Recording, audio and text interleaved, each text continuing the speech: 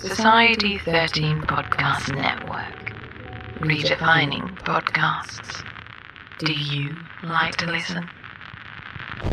Hey, spectacular people. This is the ghost that lives in Stephen Pappas' house. When I'm not causing general chaos or harassing the dog, who they also decided to name Ghost, I'm listening to the History Goes Bump podcast. That wouldn't be possible without executive producers like so many of you. Every episode is entirely listener-supported, so if you'd like to support the show, check out the Support the Show tab at historygoesbump.com. I think this is the part where I'm required to say boo. Boo.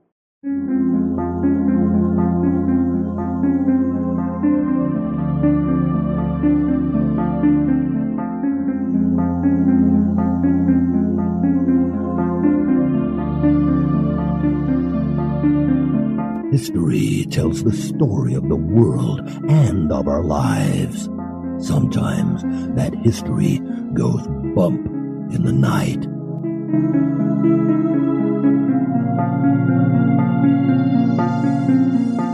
Broadcasting from the center of oddity and the supernatural in Central Florida, it's the History Goes Bump podcast.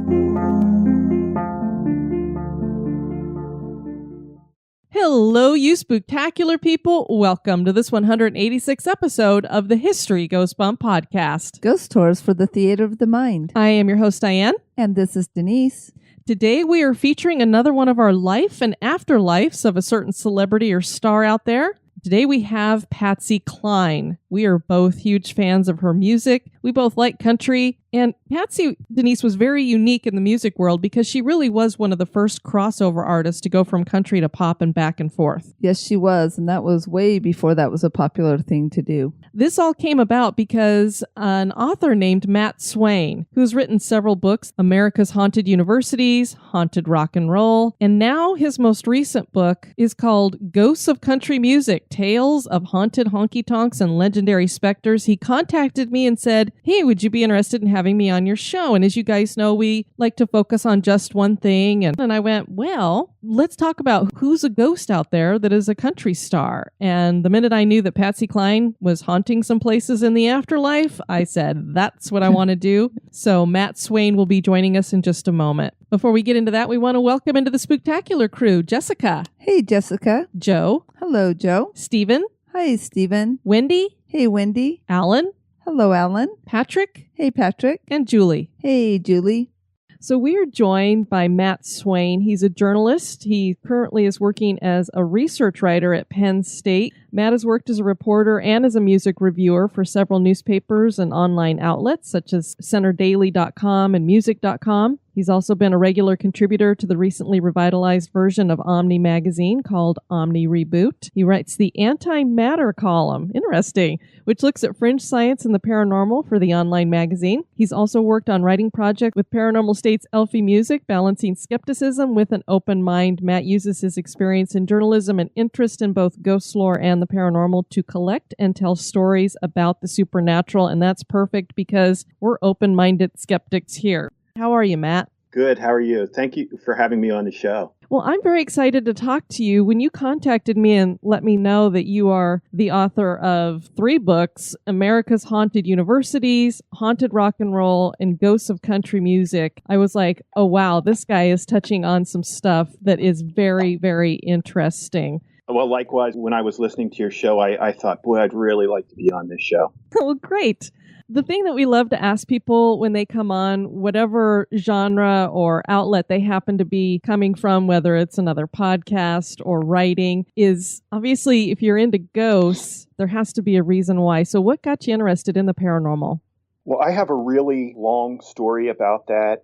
I was born on Halloween, so this has been kind of a lifelong adventure, not one that I had ever foreseen that I would take. As a Halloween baby, you either embrace it or you don't tell anyone about it. And I embraced it. And throughout my life, I've been very interested in the kind of Fortean, the occult, horror movies, sci-fi, those types of things. And actually, how I got writing about it was I was working as a reporter at a daily newspaper in my hometown of Tyrone, Pennsylvania.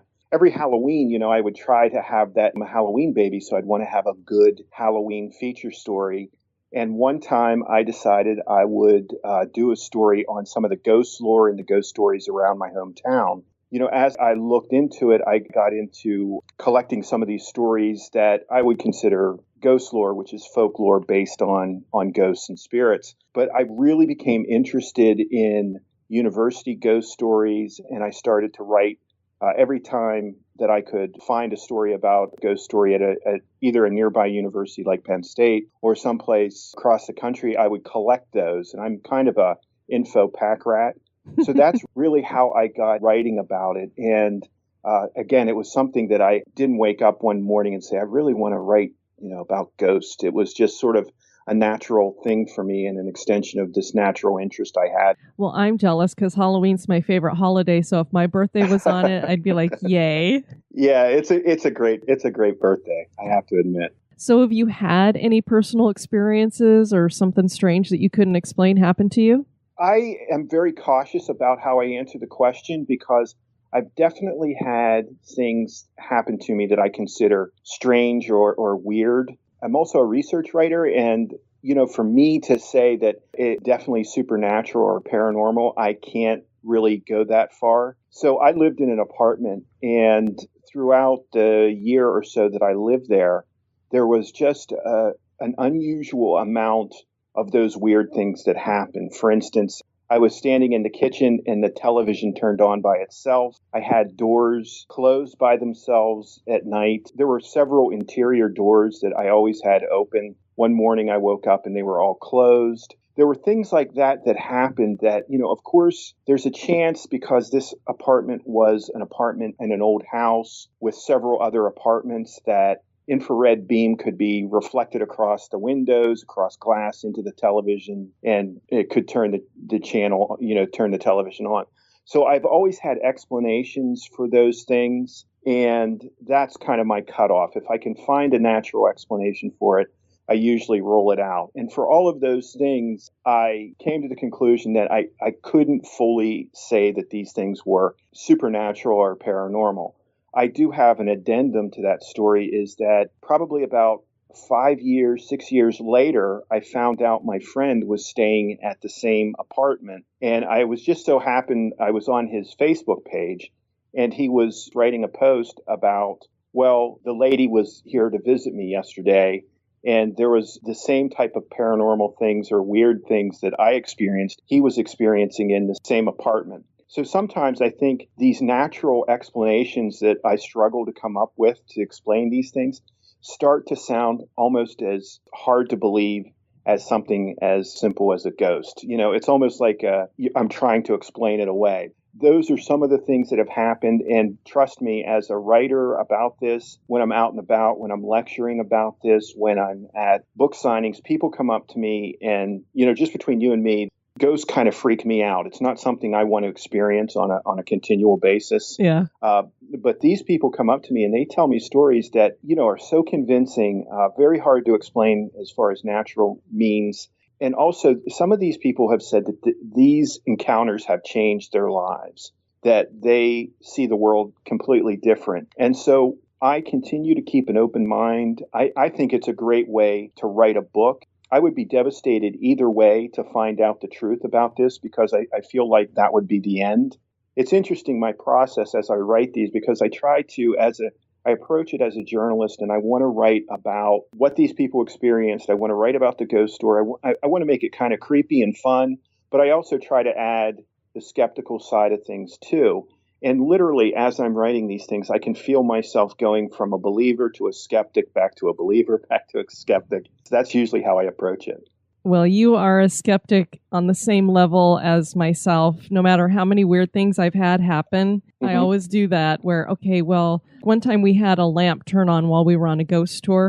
And at the time I was like, wow, that was really amazing. It didn't freak me out or anything. But then as you start thinking about it later, I'm like, God, I wish I would have looked to make sure that they didn't have like some kind of a timer set up on the outlet and that it was set to click on like that and that it wasn't staged or I do the same thing. I try to explain it in every other way, even though there's a little piece of me that hopes it was something supernatural. But the fact that you had a friend who was in that same apartment, it does start to make you go, well, it's a little harder to explain away when somebody else has the same stuff going on. Right. The even stranger thing was, for whatever reason, while I was in this apartment and I started to speculate, I was actually writing probably my first story about my first book, which was a self-published book about Penn State ghost stories. I was experiencing some of these things. It just really kind of blew me away that I felt like this was a female spirit. And don't ask me why, but I felt that way. And the fact is that my friend actually said that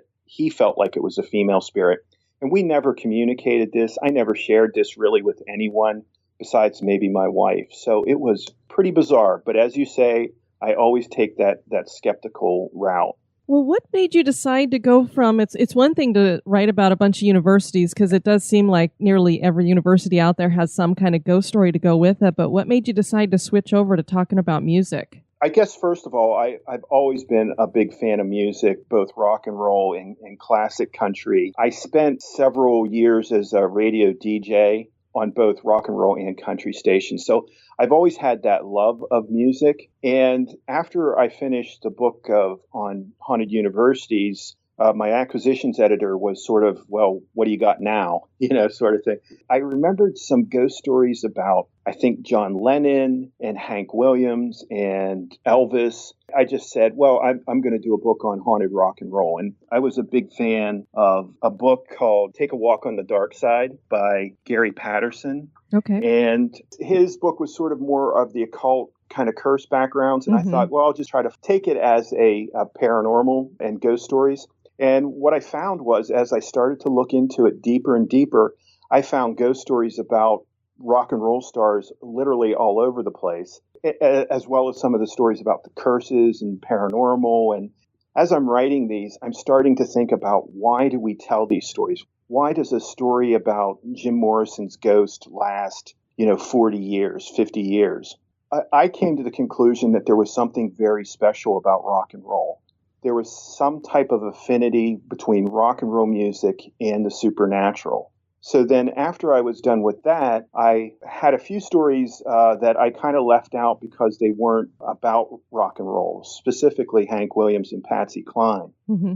And I decided, well, I'll look in to see if I can find some stories about haunted country music. And I found a lot there. And as I was writing that book, I start to realize now that there is actually something special about music in general. Maybe even more general, maybe there's something special about art and creation and the supernatural. There seems to be a connection. And I think music, in my opinion, is almost a spiritual technology. It's a tool for transcendence, because there just is too many stories. Again, I always say, I find myself writing about ghost stories of musicians, ghost stories of rock and roll. I'm not planning a book on ghost stories of famous accountants or anything like that. So there really is something profound about music itself and its effect on artists and its effect on fans. I think that's true, because whenever we hear music, it takes us back to memories that we have. Or when we look at theaters, there are so many theaters that are haunted. Absolutely. And they've been concert venues, or people have been performing on the stage. And I think it's because there's a lot of emotion that's tied into it. A lot of singers, when they're writing a song, they're writing about something that's personal in their life. And so they're putting that kind of energy into it. Then we hear it and we adapt that to something that may be going on in our life. And there just seemed to be a lot of spiritual energy around music. So I think you're right about that. I totally agree. We're mostly going to focus on Patsy Cline, but you've got a lot of other country singers that are in your book. Who else do you cover? There's Elvis, and I talk a lot about Loretta Lynn, not because Loretta Lynn is still with us, thankfully, but Loretta Lynn is probably one of the most supernaturally in tune country musicians, and she's had a lot of experiences. So I talk a lot about her experiences. Johnny Cash plays a big role in the book as well. There are stories. Johnny Cash, too, was very spiritually inclined. And so I have stories about his experiences with ghosts and with the supernatural, as well as some stories about that after his death, he has haunted a few different places, including his vacation home in Jamaica called Cinnamon Hill. And then I do a lot of bars and radio stations and honky tonks, as many as I can find. That's great. It sounds like a fascinating book. Where can people get your books? The best place to get it is Barnes & Nobles or Amazon. If you have a local bookstore and they don't have it, just go down and ask them to get it in. It's through Llewellyn Publishing, so they're usually pretty good about getting them out there. And now, this moment in Oddity.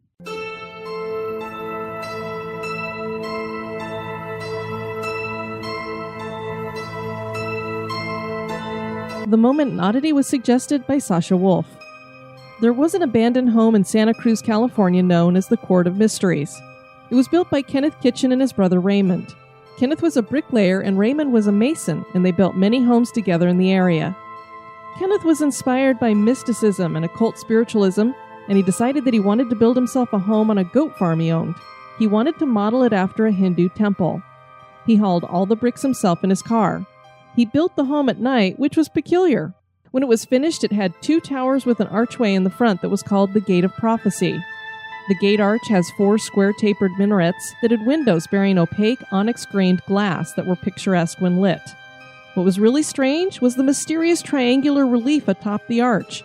It resembled an all-seeing eye and reportedly is a celestial chart that pretends a celestial alignment between the plaque and temple's chimney, signaling an apocalypse before the age of peace. Everything was covered in abalone mosaics. The well house was made like a crypt and had 4 minarets. These odd accoutrements have odd craftsmen with the curved brickwork and bulbous granite domes. There was also a peculiar device in the front yard that was called a submarine stopping machine. Apparently it worked and caused issues for the U.S. Navy during World War II. Kenneth moved out and just disappeared in 1957. For years, it was a place for teenagers to hang out and vandalize. Today, it is privately owned and under restoration to its former temple inspiration, and that certainly is odd.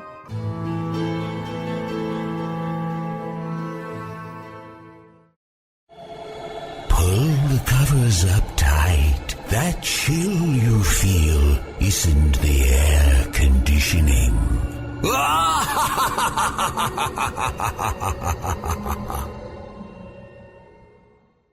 And now, this month in history.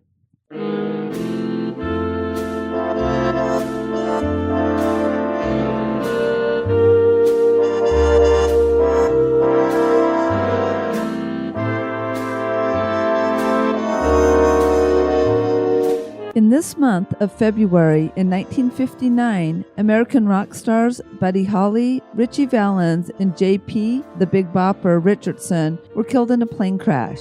That day came to be known as the day the music died. Buddy Holly and his band The Crickets were headlining the Winter Dance Party tour that included Valens and the Big Bopper. They had been traveling from city to city by bus, but they started having mechanical issues with the bus. Holly decided to charter a plane to fly his band to the next stop in Moorhead, Minnesota. There were not enough seats for everybody. The Big Bopper pleaded with Waylon Jennings, who was a member of Holly's band at that time, to give up his seat because the Big Bopper had the flu and was not feeling well. The last seat went to Ritchie Valens when he won a coin toss. The group boarded the Beechcraft Bonanza and took off from the airport in Mason City. A few minutes later, it crashed in Iowa. Investigators blamed the crash on pilot error and the snow and ice that had gathered on the wings. The Big Bopper was only 28 and had his hit, Chantilly Lace, in the top 10. Holly was 22 and was becoming a major star with hits like Peggy Sue, Oh Boy, Maybe Baby, and Early in the Morning. Valens was a mere 17 when he died in the crash and was just emerging onto the scene with his hits Come On Let's Go, Donna, and La Bamba.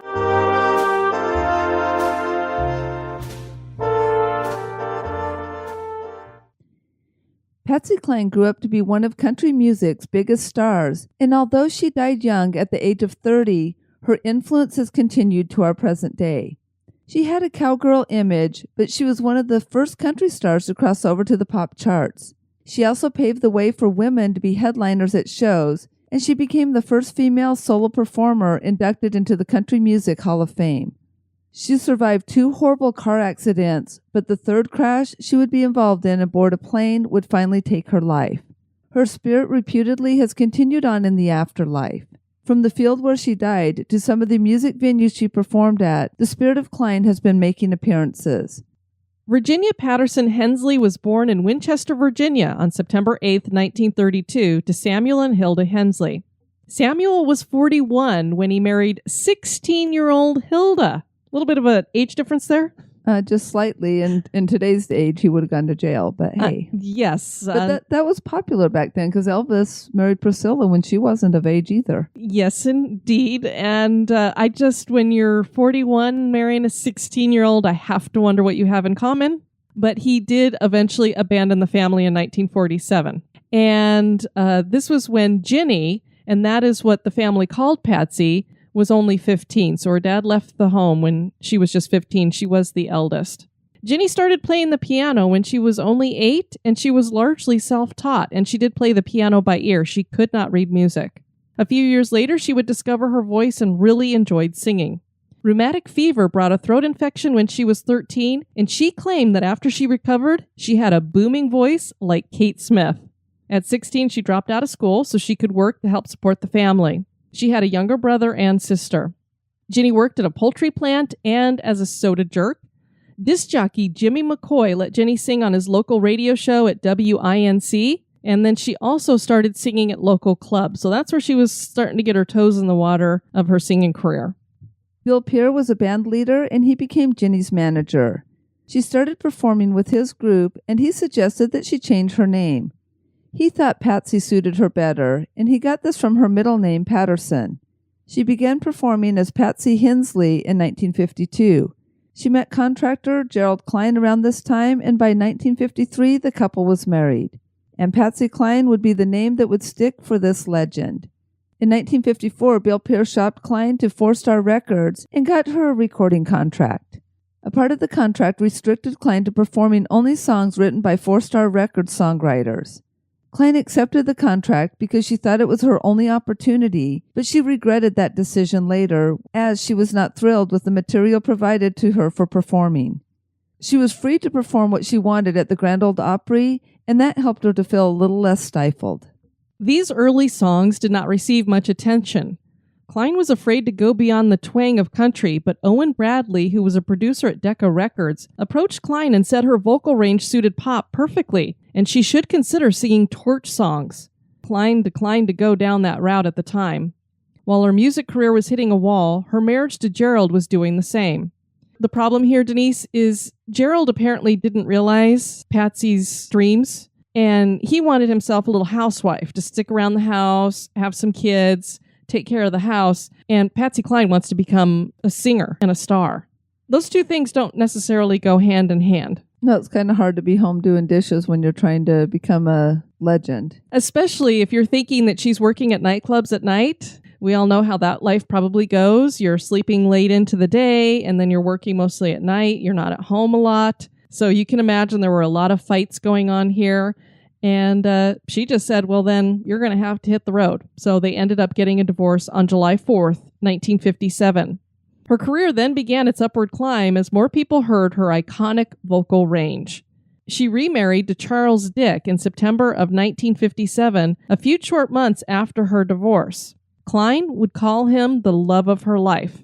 Now, there's probably some people going, a few short months after her divorce. Well, that's a pretty quick turnaround. Divorce becomes official in July, and by September, she's already married to some other guy. Well, what happened is they met at an armory dance, and this was a place where Cline was performing.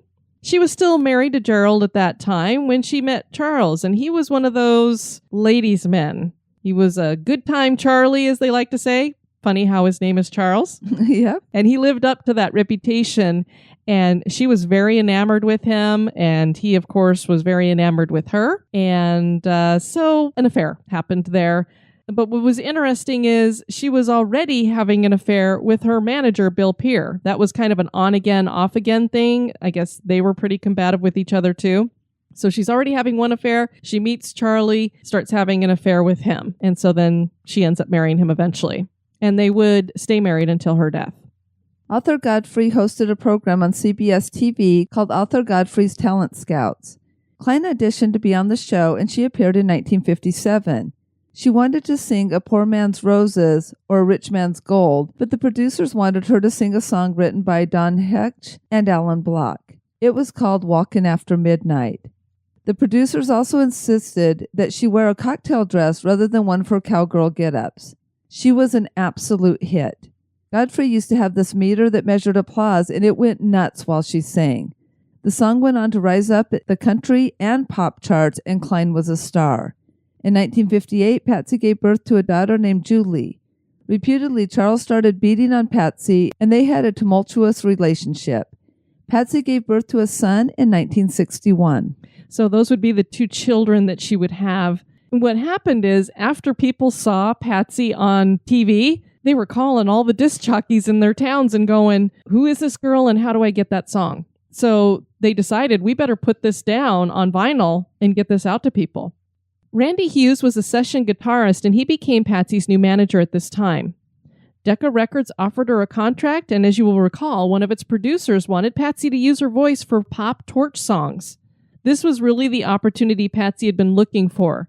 Freedom to record what she wanted, because as a part of this contract, they weren't going to tell her, well, you can only sing songs that our writers write. Can you imagine how stifling that would be, Denise? Yeah, but it still happens today, so you got to be very, very careful with what you sign when you're so excited to become something. Exactly. Make sure you're not signing your rights away and that you're not locking yourself into something that's going to put a kibosh on your creativity.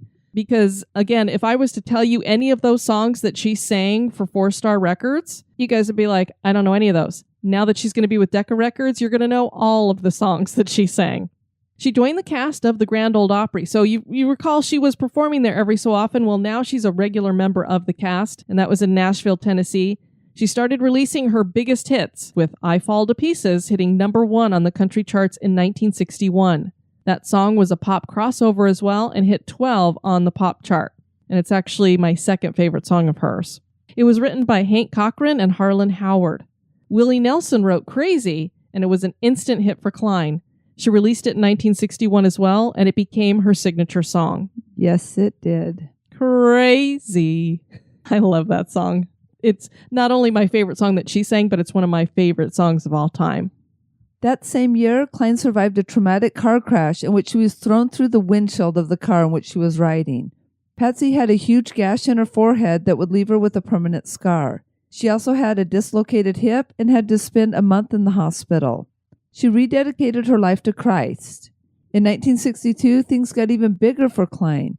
She recorded She's Got You, and it hit #1 also on the country charts. George Jones, Johnny Cash, June Carter, and Loretta Lynn all performed with Patsy. Cline mentored Loretta Lynn. She not only helped female artists out, but she also loved hanging out with the boys, and she could hold her own. Singer George Riddle said of her, it wasn't unusual for her to sit down and have a beer and tell a joke, and she'd never be offended at the guys' jokes either, because most of the time, she'd tell a joke dirtier than you. Patsy was full of life. She also told concert promoters, no dough, no show, and made them pay her before she performed. A lot of the time what would happen out there on the performance circuit is you would go to these shows that these promoters were putting on, and they'd put you out there on the poster and say, oh, you're going to make this amount of money. They'd fill up the stands and get you to perform, and then they would book it out of there, and the performers would be left with no money. So she said, oh no, you're not taking me for a ride. So she would tell them, you give me the money right now or I am not going to perform. So she was probably one of the first ones to stand up to that as well and say, you're not going to treat us that way. Cline seemed to know that her death was imminent, and you're going to hear in our interview with Matt that she seemed to have premonitions about that. After recording her fourth and what would be her final album, Patsy held up her first album and then gestured at the recording booth and said, well, here it is, the first and the last. So it was as if she knew that this is the last record I'm ever going to put out. And it certainly wasn't because her career was going down. A month later, March 3rd, 1963, she was performing at a benefit at the Soldiers and Sailors Memorial Hall in Kansas City. The benefit, ironically, was to raise money for the family of a disc jockey named Cactus Jack Call, who had just died in an automobile crash. Patsy gave 3 performances even though she was ill with the flu. Her final song was, I'll Sail My Ship Alone. Cline wanted to fly out the next day, but the thick fog in the area grounded all planes. Some friends asked Cline to ride home with them in their car, but she refused.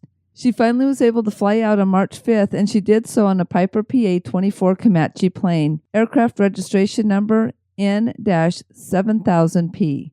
The plane took off at 6:07 p.m. Winds were high, and the pilot was not trained in instrument flying. The airfield manager suggested that the plane not leave. The pilot tried to use visual flight rules, VFR, but that didn't work because of the driving rain. The plane went down, and Cline's stopped watch was found with the time of 6:20 p.m., so many believe that is when the plane crashed. It had been in the air less than 15 minutes. It went down in a forest, and everyone on board was killed instantly. A man named Roger Miller searched for the wreckage in the morning.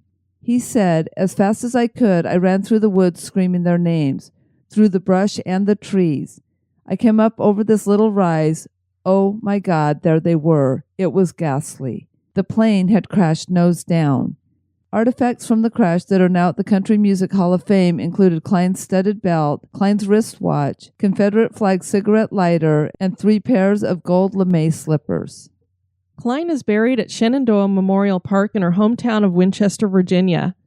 Her grave is marked with a bronze plaque which reads, Virginia H. Patsy Cline, Death Cannot Kill What Never Dies, Love. Dottie West and Loretta Lynn erected a bell tower at the cemetery in her memory. It plays hymns daily at 6 p.m., the hour of her death. Another memorial marks the exact place off Fire Tower Road in Fatty Bottom, Tennessee, where the plane crashed in the still remote forest. That was not the end for Patsy, though.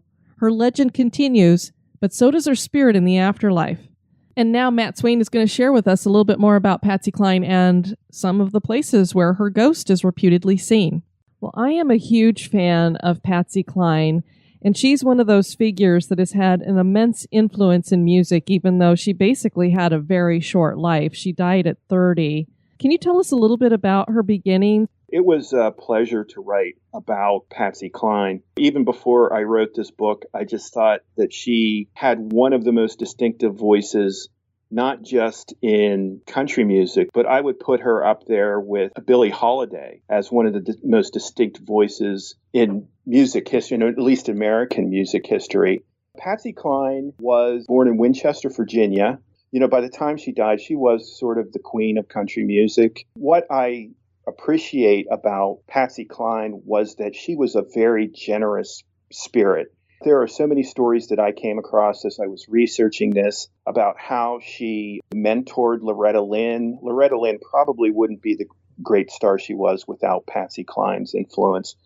The other thing that I found out about Patsy, and it really comes through if you listen to her voice, she has a very bold, strong voice, but it's also very vulnerable. And that's the sense I got, that you have this incredible spirit who was in country music at the time, which was very much a good old boys club. And Patsy Cline was able to go to the bars, she was able to go to the honky-tonks, and she was able to hang with the best of them. What I found was that spirit that Patsy had in life really translated to some of the ghost stories that I found about her after she passed. Yeah, like you said, she just had this amazing voice. I know when she started out, she had to do kind of the talent show thing, and it took a while for her to get discovered. But when you think about it, like you said, she has one of those iconic voices where it's like, how did she not just open her mouth for the first time and everybody just go, oh my God? Yeah, and the other thing that I found out about her is her voice was so good, so classically good, that she could have picked a couple different genres.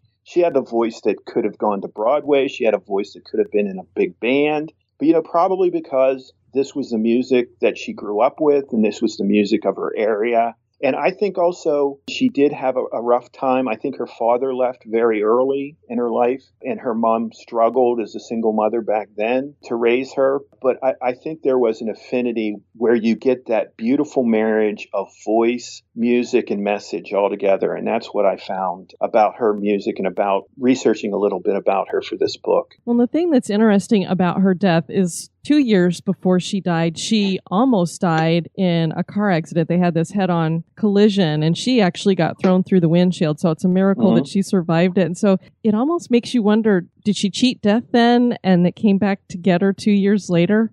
She actually, and again, when I talk a little bit about the spiritual affinity that these artists have, there were cases of, according to some of the sources that I found, she had a kind of a precognitive ability. And at one point, I think she told Loretta Lynn, she said, I've had 2 bad accidents, because apparently before the one that you were talking about, she was involved in another automobile accident. And she said, I've had 2. the next one, if I survive that, it's going to be the last one. But she said, she basically said the next one was going to take her. And she became somewhat fatalistic at that period of her career. So she had kind of a sixth sense about this. Interesting. I did not know that. That's fascinating. Kind of reminds me of Abraham Lincoln. He did the same thing a lot too. Yeah, I thought the same thing when I was reading those stories as well. So she dies in a plane crash. And we hear about people, their spirits, if they stick around, tend to haunt the area where they died. Are there reports of her spirit being where her plane crashed? There are reports. And the stories that I heard about the plane crash site where she died, and I think it was in an area in western Tennessee where her plane crashed, they reminded me of when I was writing about Buddy Holly for the Haunted Rock and Roll book.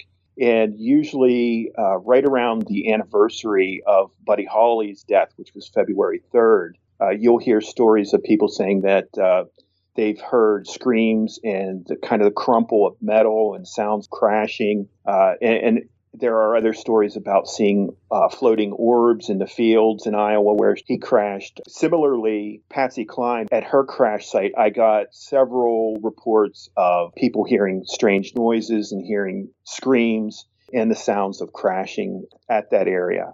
As a journalist, it makes me wonder whether there's not some type of connection between the tragedy of the event, and somehow that creates, like a residual energy, which is what some of the paranormal researchers that I talked to said.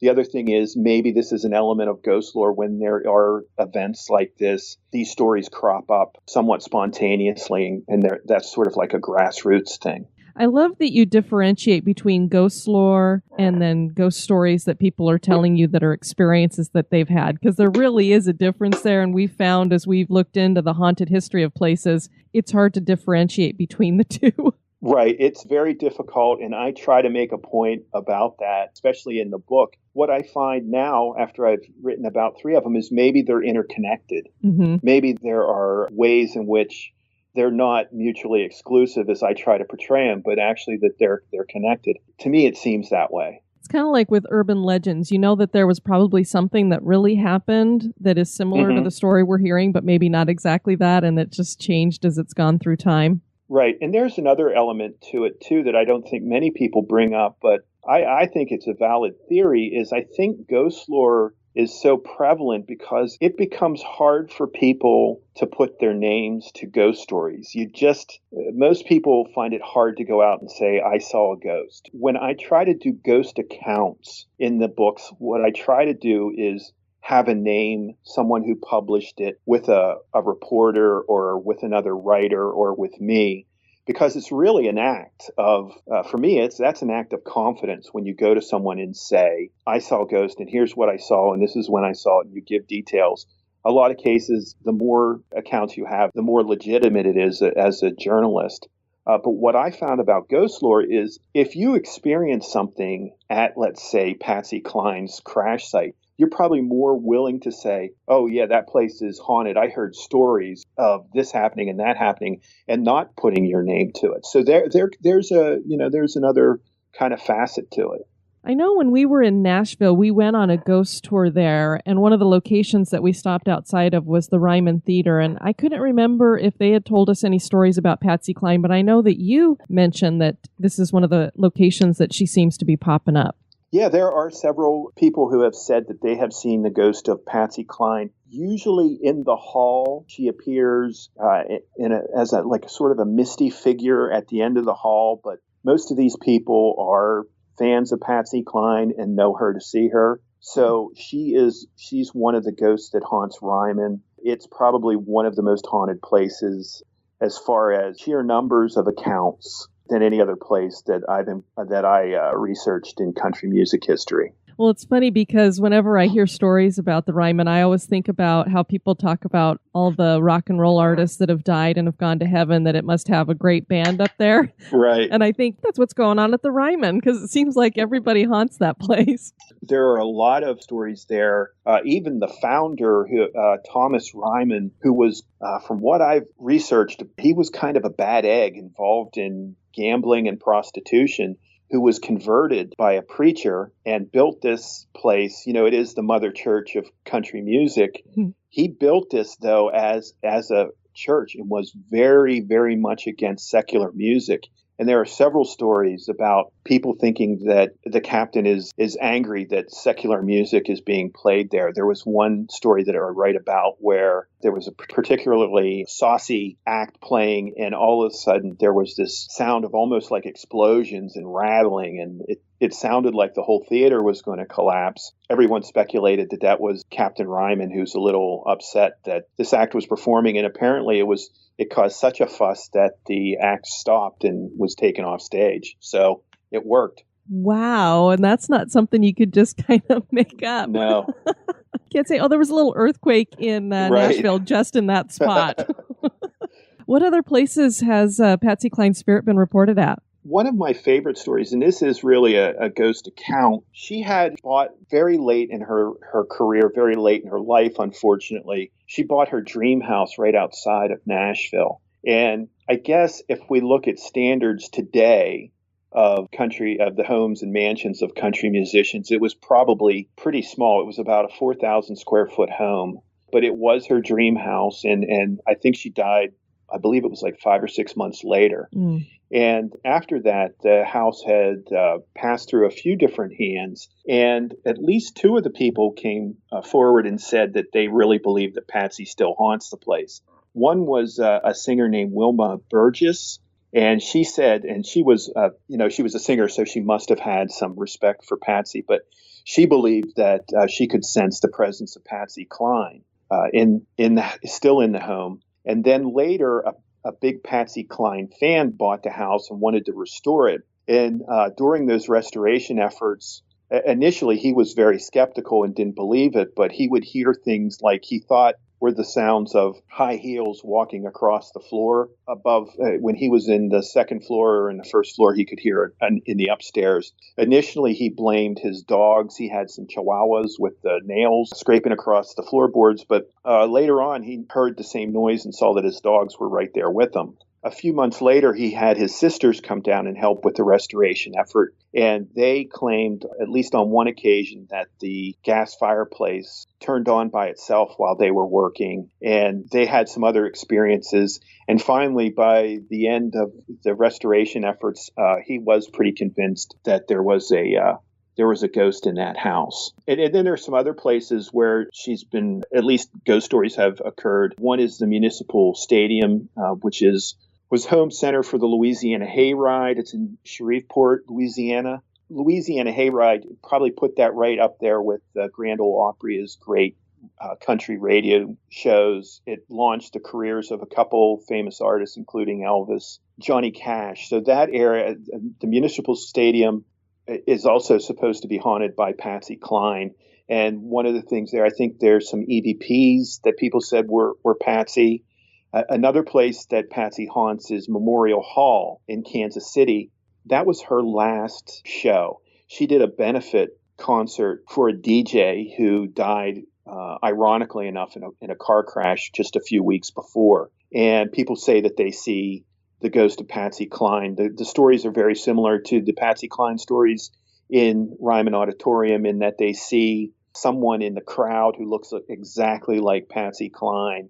And then as they go up to try to communicate with her, she disappears or she goes into the crowd. Some staff members there also claim to have seen the ghost of Patsy Cline, which seem to discount the skeptics who say, well, it's just a look-alike or just someone who looks a lot like Patsy Cline, because these staff members say that they have seen this ghost after hours. So those are a few of the big haunted hotspots for Patsy Cline. Yeah, and you wouldn't have somebody who is doing the look-alike thing sneaking in after hours just to cause, some kind of a spooky event to happen here. Exactly. I did want to mention that I this didn't get in the book because usually what happens is 2 minutes after you've put the final manuscript in the envelope and sent it off to the publisher, you find 10 more stories. But I found an interesting story about the Ryman. Well, the Ryman was the home for the Grand Ole Opry, the radio show. And then it moved to Opryland. not because they were trying to be mean or anything, but because the venue was much better and the sound's much better. And the crowds that were coming into the Ryman they just needed a bigger spot. Sure. But what they did was they took some boards from the stage out to Opryland, and now there are ghost stories out there too, sort of the same ones about Patsy Cline, about some similar ones about Hank Williams. Roy Acuff haunts that area too. And then there's this kind of hint that might have been a good one for the haunted rock and roll, because I did not know that there were so many people who played the Ryman and played the Grand Ole Opry who died mysteriously. And you could put Hank Williams and Ryman and Patsy Cline in that category. But I think like 30 people have died who were somehow connected to the Grand Ole Opry and the Ryman. So there was this rumor that the stage boards themselves have a curse. Interesting. I wonder why there would be a curse specifically on those boards. I don't know. The only guess I had when I read that was that Captain Thomas Ryman must be part of going his anger. after them. Yeah. Well, that's kind of chilling if you think that it's one thing to cause a ruckus and get people off the stage because you don't like their music, but then, I don't know, boy, just putting all of this together, thinking about Patsy Cline escaping death a couple of times, and a lot of these guys, it was more than just once that they traveled a lot back then, and it wasn't as, flying was a lot different back then. Now a plane goes down and it makes big news. Back then it happened a little bit more often and stuff, and car crashes and things, but it does make you really wonder if there was something kind of chasing after them. And then, of course, when you get into talking about selling your soul to the devil, did some of them have their talent from a different place?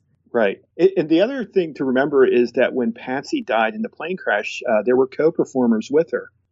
Cowboy Copus and Hasha Hawkins, I believe, also died in that crash, too. So, when you look at ghost stories, what I find is the connection between big spirits, people who just have big personalities, with tragedy. And when you get that combination, that's usually what inspires most of the ghost lore and the ghost stories. So that site has, if you look at those criteria, that site has a lot going for it.